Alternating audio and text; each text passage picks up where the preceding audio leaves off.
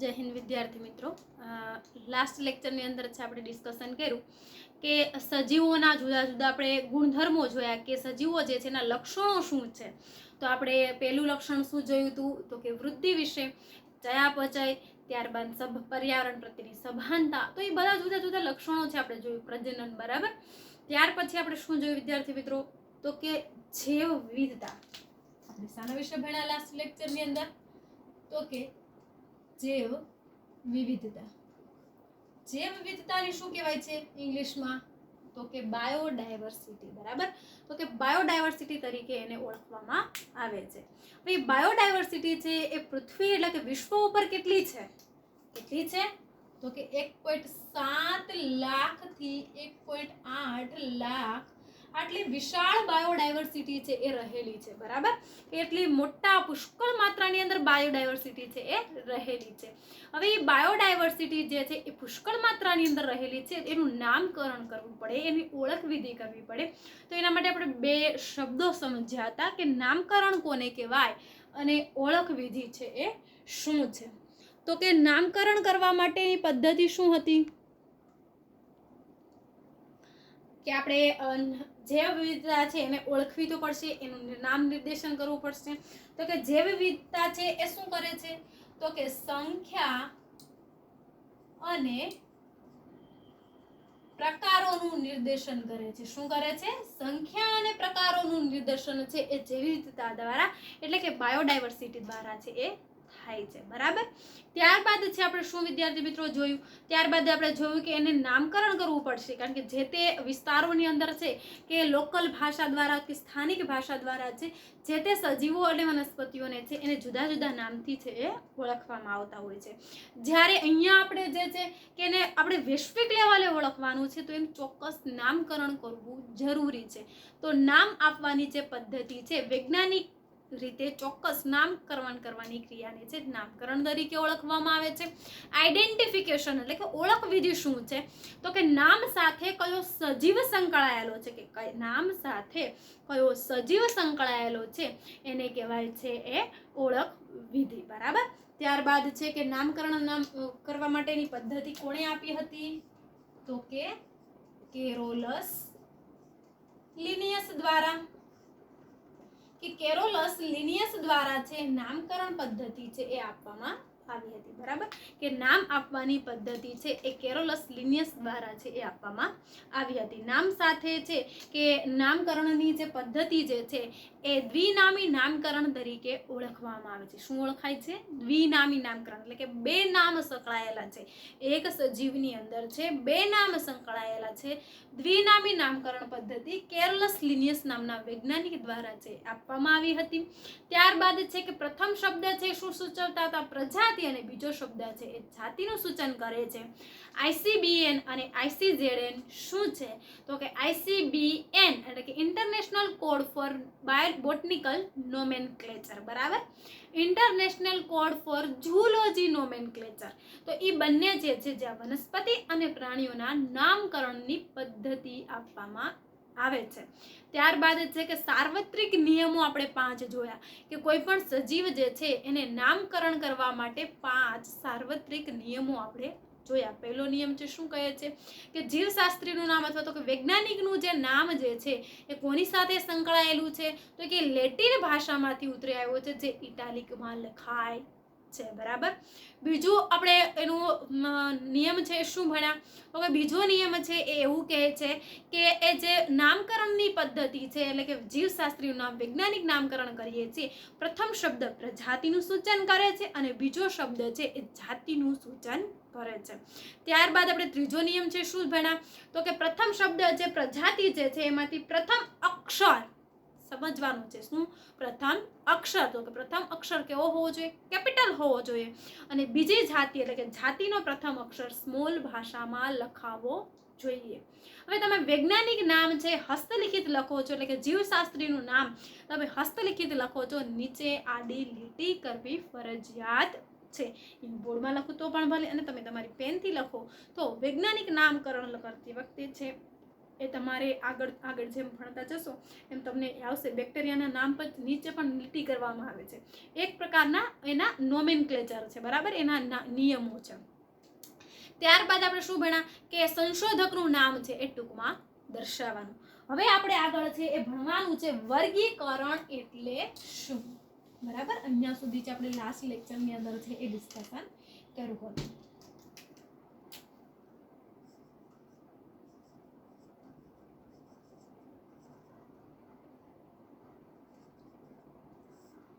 વર્ગીકરણ કોને કહેવામાં આવે છે? વર્ગીકરણ એટલે શું?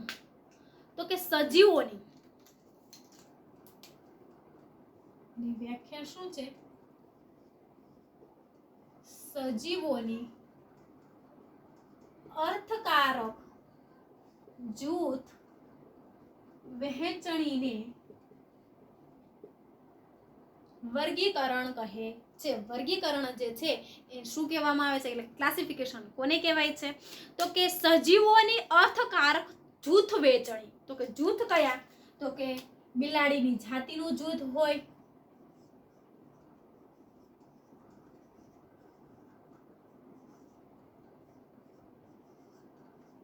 કૂતરાની જાતિનું જૂથ હોય, વનસ્પતિની જાતિઓનું જૂથ હોય.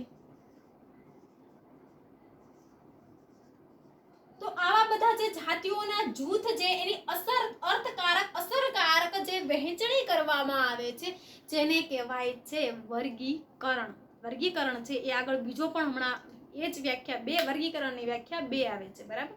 તો એ ધ્યાનમાં રાખવાની છે કે સજીવોની જે અર્થકારક વહેંચણી જે છે કે બિલાડીના જાતિ જૂથની જાતિ, કૂતરાની જાતિ, વનસ્પતિઓના જૂથ જે છે એની જાતિ, તો એ બધાને શું કહેવાય છે? વર્ગીકરણ કહેવાય છે. હવે તો કે વર્ગીકરણ આપણે શા માટે કરવું જોઈએ? તો આપણે જોયું કે 1.8 લાખ જેટલી આટલી વિશાળ બાયોડાયવર્સિટી આપણી પાસે છે. તો એટલી વિશાળ બાયોડાયવર્સિટી છે તો આપણે એનું કોઈ એક ચોક્કસ જૂથની અંદર મૂકવા પડશે ને, કે આપણે છે કે બધા જ સજીવોને એક જ જાતિની અંદર નહીં મૂકીએ. હા, પહેલા વૈજ્ઞાનિકો છે આપણે તો બીજું ચેપ્ટર આપણે ભણીશું તેમાં આવશે. મોનેરા સૃષ્ટિ આવે છે, પ્રોટિસ્ટા સૃષ્ટિ આવે છે, ફૂગ સૃષ્ટિ આવે છે, વનસ્પતિ સૃષ્ટિ આવે છે અને પ્રાણી સૃષ્ટિ આવે છે. 5 ભાગની અંદર વર્ગીકરણ કરે છે. પરંતુ પછી એ પ્રાણી સૃષ્ટિને પણ વર્ગીકૃત કરવામાં આવે છે, જે આપણે ચોથું ચેપ્ટરમાં ભણવાનું છે કે 6 છિદ્ર સમુદાયથી લઈને સસ્તન સમુદાય સુધી છે આપણે એનો અભ્યાસ કરવાનું છે, બરાબર.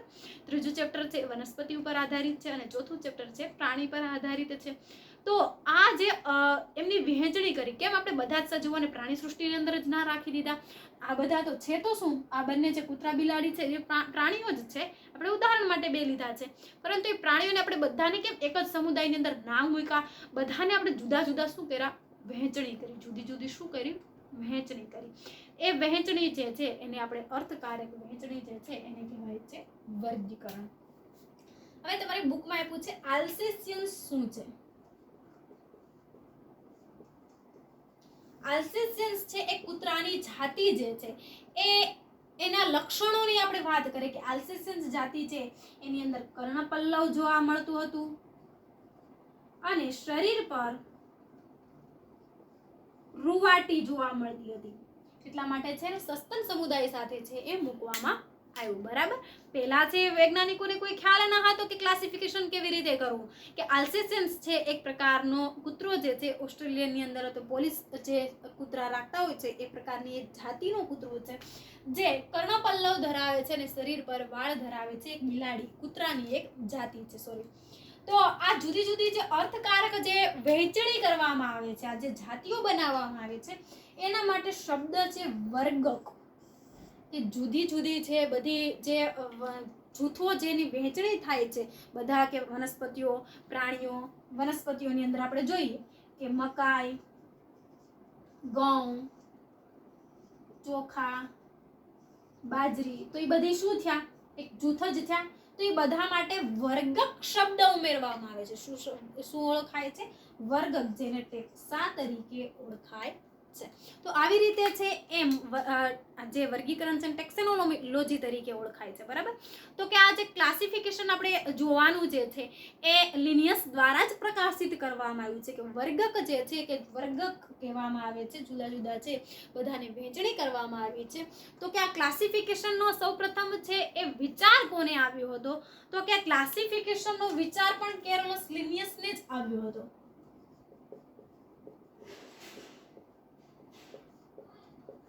કેરોલસ લિનિયસ નામના વૈજ્ઞાનિકે જ સૌપ્રથમ ક્લાસિફિકેશન કર્યું છે કોઈ પણ. તો એને શા માટે ક્લાસિફિકેશન કર્યું? તો કે એને જોયું કે ધીમે ધીમે ઉદ્વિકાસ થયો, સજીવ સૃષ્ટિ વધતી ગઈ, કયા સજીવોને સામા મૂકવા એ પ્રશ્ન થતો હતો. બરાબર.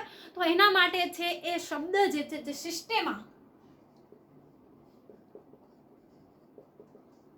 સિસ્ટેમિક ઉપરથી છે એ સિસ્ટેમા શબ્દ જે છે એ ઉતરી આવ્યો છે. સિસ્ટેમિક જે છે એનામાંથી સિસ્ટેમા શબ્દ છે એ ઉતરી આવ્યો છે અને એનો અર્થ થાય છે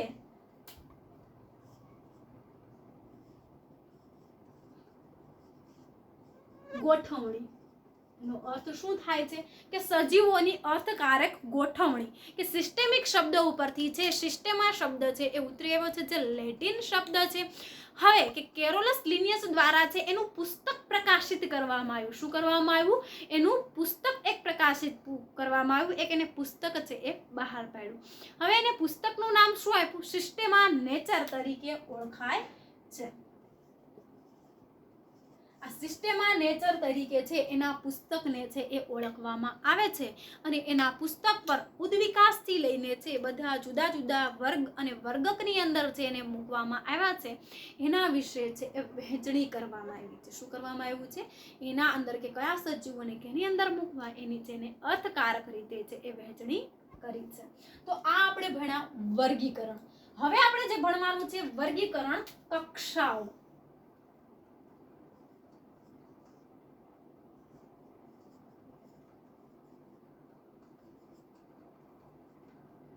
કેટેગરીઝ. શું કહેવાય છે એને? વર્ગીકરણની કેટેગરી એટલે કે કક્ષાઓ. હવે ખાસ સમજવાનું છે વર્ગીકરણની વ્યાખ્યા બે આપેલી છે. આપણે શું આપ્યું છે? કે વર્ગીકરણની વ્યાખ્યા છે એ બે આપવામાં આવી છે. તો અહીંયા જે વ્યાખ્યા છે એ લાક્ષણિક સજીવોના ગુણધર્મોને આધારે આપવામાં આવી છે. શું કર્યું છે? કે લાક્ષણિક ગુણધર્મો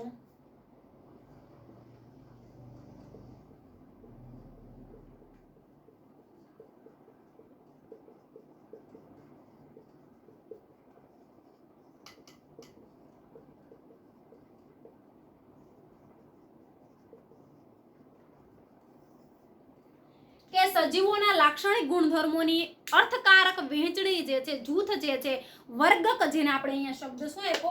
વર્ગક કહેવાય છે. તો એ વર્ગકની જુદી જુદી વહેંચણી છે જેને શું કીધું? એને વર્ગીકરણ શબ્દ આપ્યો. શું કર્યો? વર્ગીકરણ શબ્દ આપ્યો. તો કે વર્ગીકરણ કક્ષા કોને કહેવાય? તો કે આ જુદા જુદા વર્ગકના જે સમૂહ બને ને, એક લાંબો સમૂહ બને, એને કહેવાય વર્ગીકરણની કક્ષાઓ. હવે આપણે વર્ગીકરણની કક્ષામાં સૌથી પાયાનો એકમ જોઈએ તો એ છે જાતિ. સૌથી વર્ગીકરણમાં સૌથી પાયાનો એકમ જોઈએ તો એ છે જાતિ. જાતિથી આગળ છે એ પ્રજાતિ, પ્રજાતિથી આગળ કુળ, કુળથી આગળ ગોત્ર,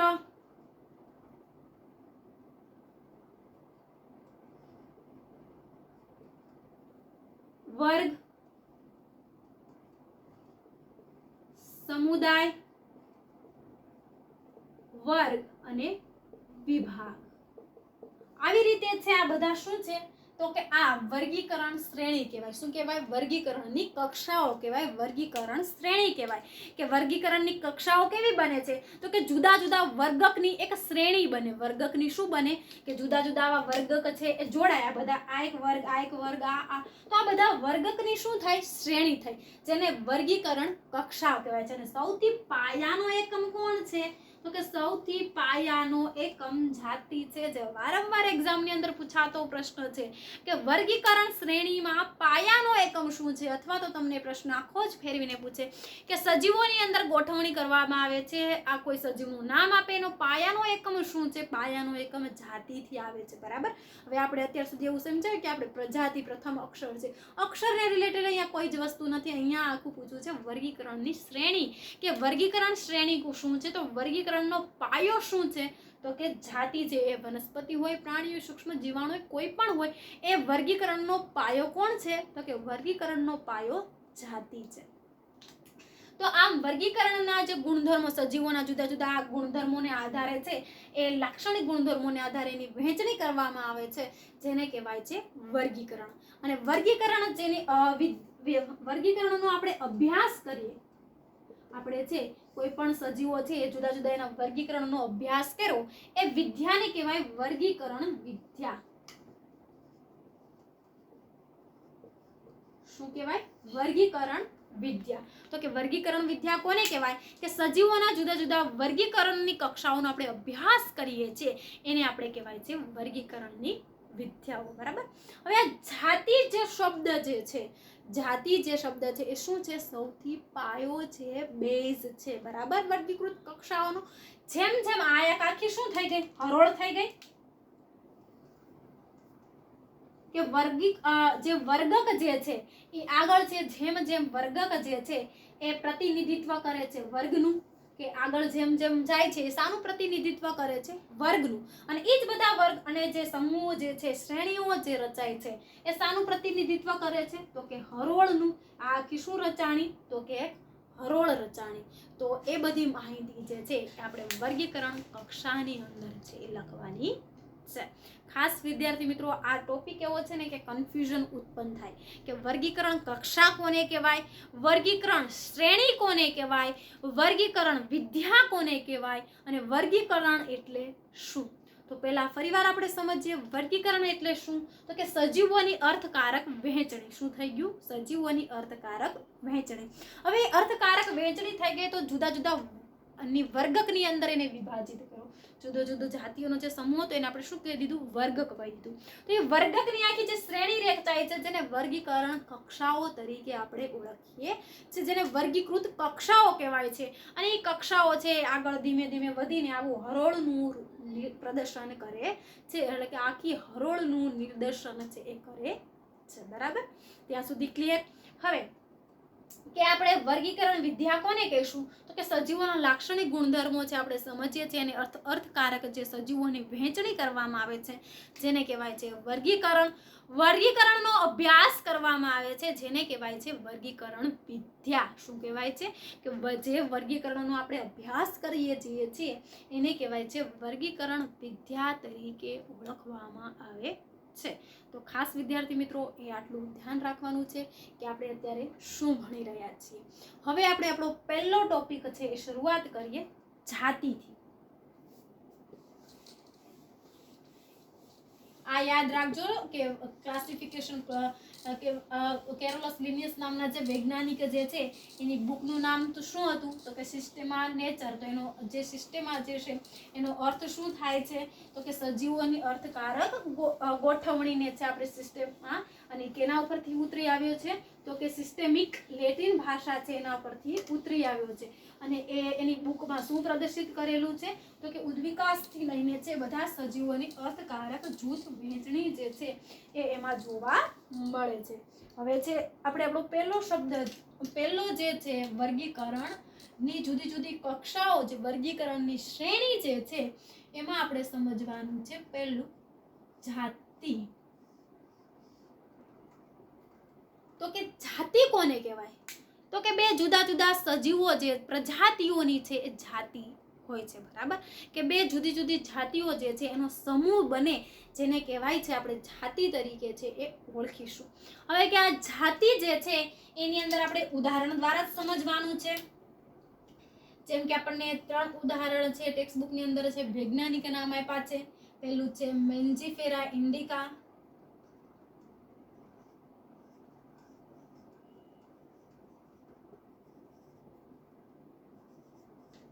સોલેનમ ટ્યુબેરોસમ અને ત્યારબાદ છે હોમોસેપિયન્સ. આપણે કોઈ પણ લખી શકીએ. હોમોસેપિયન્સ શું છે તો ખબર છે, મનુષ્યનું વૈજ્ઞાનિક નામ છે. મેન્જીફેરા ઇન્ડિકા જે આપણે હમણાં સમજાતા, આંબાનું વૈજ્ઞાનિક નામ છે.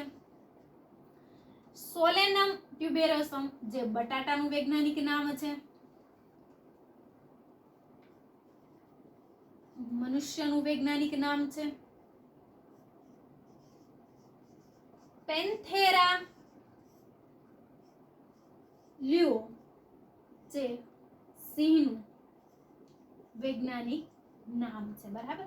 તો કે આ બધા છે શું છે, જુદી જુદી જાતિઓ છે. શું છે તો કે જુદી જુદી જાતિઓ છે એનું પ્રદર્શન છે એ કરે છે. હવે કે વૈજ્ઞાનિક નામની અંદર છે પ્રથમ શબ્દ છે એટલે કે મેન્જીફેરા.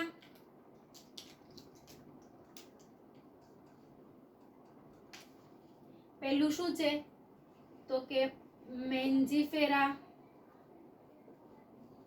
ત્યારબાદ સોલેનમ અને પેન્થેરા. આ ત્રણેય છે શાનું નિર્દેશન કરે છે તો કે પ્રજાતિનું.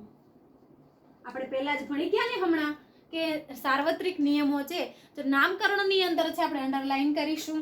ત્યારબાદ કે જે પહેલો શબ્દ છે કેપિટલ લખીશું, બીજો શબ્દ છે સ્મોલ લખીશું.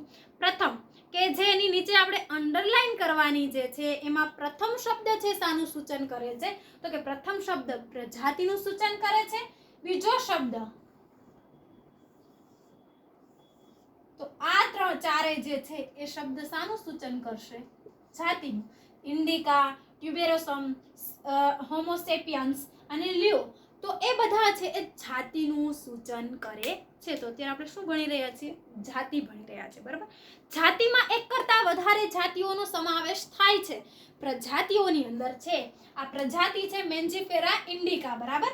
હવે સોલેનમ છે એ શાકભાજી માટેનું કુળ છે. બરાબર. તો પ્રજાતિ તો એક જ હોય. અહીંયા મેં ખાલી બટેકાનું નામ લખ્યું છે. બરાબર. હવે એવી જ રીતે છે આપણે લખીએ કે કોઈ રીંગણનું નામ,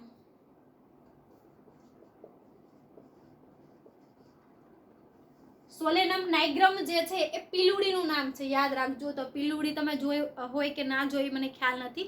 એવા નાના એવા છે એ બોર જેવા છે અથવા કાળા છે એ પહેલા ગ્રીન હોય છે અને જ્યારે પાકી જાય છે ત્યારે કાળા એવી રચના છે એની થઈ જાય છે. તો એ પીલું જે છે એક પણ પ્રકારના શાકભાજીના જ ઉદાહરણ છે. શાની અંદર એનું મૂકવામાં આવ્યા છે તો કે શાકભાજીની અંદર. તો કહેવાનો અર્થ છે કે જાતિ એની પ્રજાતિ છે સોલેનમ.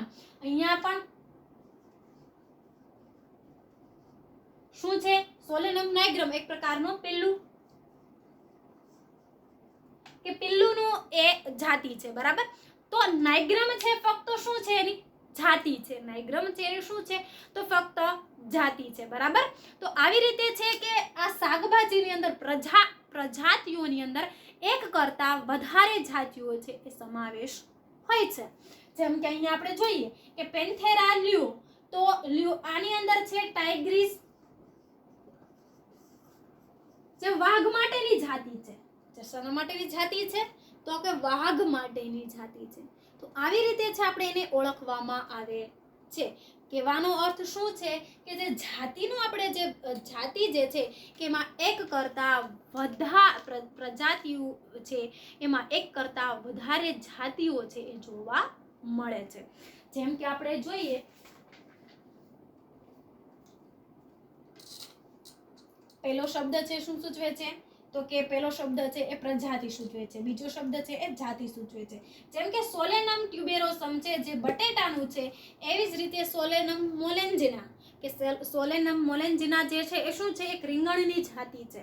તો એ શું સૂચવે છે તો કે એ પ્રકારની સોલેનમ આગળ શું આવ્યું તો સોલેનમ, તો કે જાતિઓની અંદર છે અનેક જાતિ છે એ ભેગી થયેલી હોય છે. તો વિદ્યાર્થી મિત્રો આ 2 માર્ક્સનો સવાલ છે એની અંદર લખવાનું શું છે તો કે પ્રજાતિ કોને કહેવાય? તો કે પ્રજાતિ છે એ વર્ગીકરણ કક્ષાનો સૌથી પાયાનો એકમ છે. જેમ જેમ આપણે વર્ગીકરણ કક્ષાની અંદર જાતિ, પ્રજાતિ,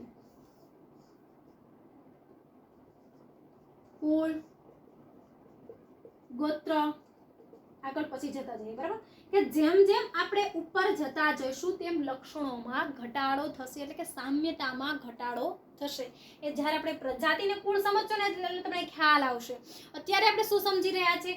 અત્યારે આપણે ફક્ત જાતિ વિશે ભણી રહ્યા છીએ. જાતિ કોને કહેવાય છે, બરાબર. તો આપણે જોયું કે જાતિની અંદર છે એક કરતાં વધારે પ્રજાતિઓનો છે એ સમૂહ આપણને જોવા મળે છે, કે સોલેનમ ટ્યુબેરોસમ છે બટાટા છે, સોલેનમ નાઇગ્રમ છે પીલુંની જાતિ છે, સોલેનમ મેલિન્જોના જે છે એ રીંગણની જાતિ છે. એવી જ રીતે આપણે જોયું કે પેન્થેરા લ્યો જે શું છે તો કે સિંહની જાતિ છે, પેન્થેરા ટાઇગ્રિસ જે વાઘની જાતિ છે. તો આગળ એની પ્રજાતિ છે શું જોવા મળે છે? આપણને સમાન જોવા મળે છે, કે જાતિઓની અંદર સામ્યતા જોવા મળે છે. આપણને શું જોવા મળે છે? કે જાતિઓની અંદર સામ્યતા જોવા મળે છે. એવી જ રીતે આપણે મનુષ્યનું નામ છે હોમો સેપિયન્સ આપી શકીએ છીએ. સાર્વત્રિક નામ છે, એ કોઈ પણ જાતિના હોય.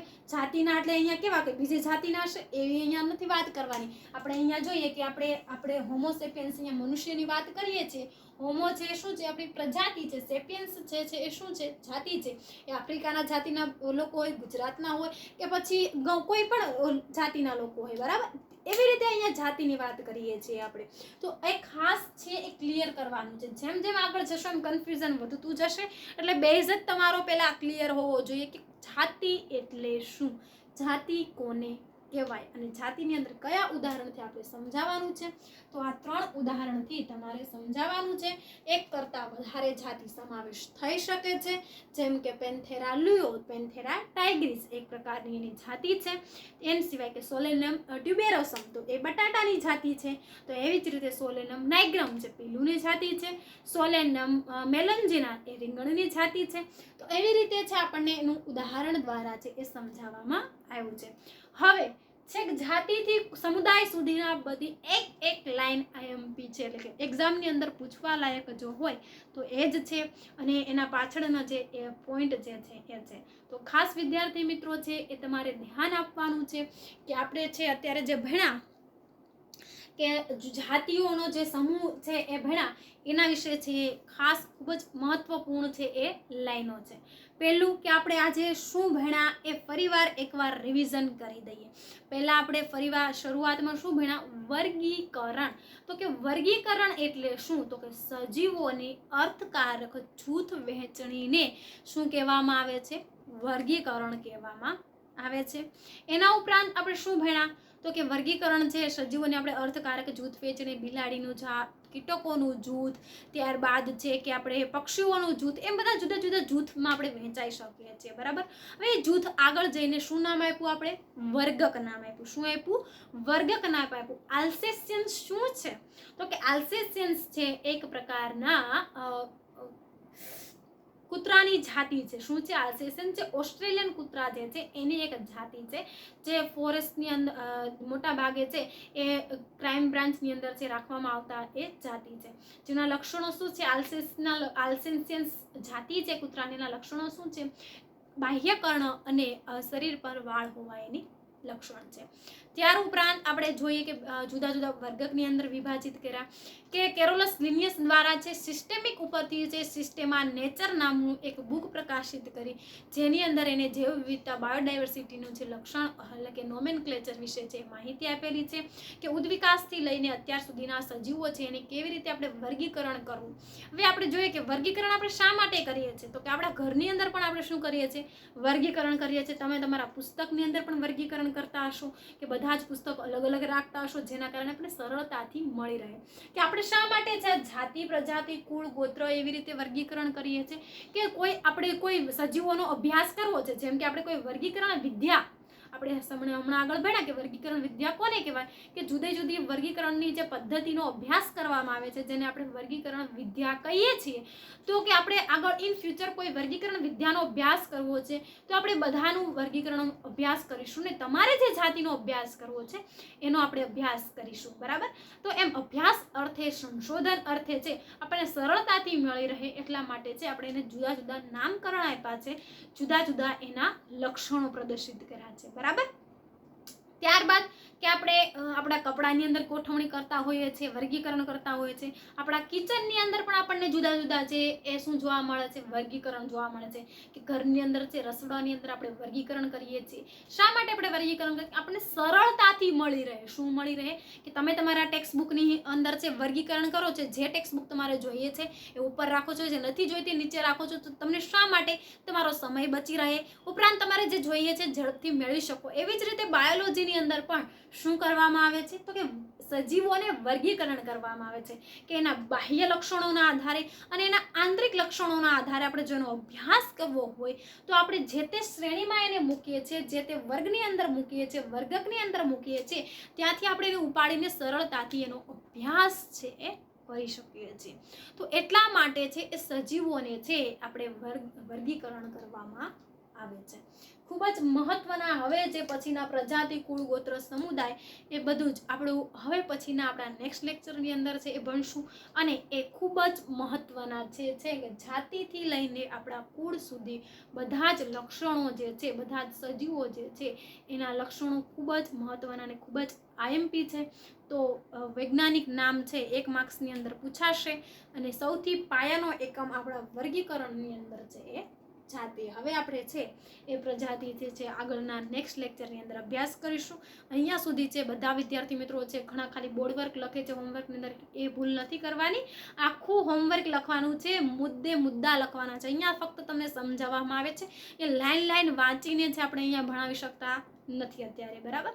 તો એ લાઈન વાંચીને તમારે છે એ લખવાનું છે. એક પણ શબ્દ છૂટી ના જાય એનું છે તમારે ધ્યાન છે એ રાખવાનું છે. હવે આપણે નેક્સ્ટ લેક્ચરની અંદર છે આગળ મળીશું. જય હિન્દ વિદ્યાર્થી મિત્રો.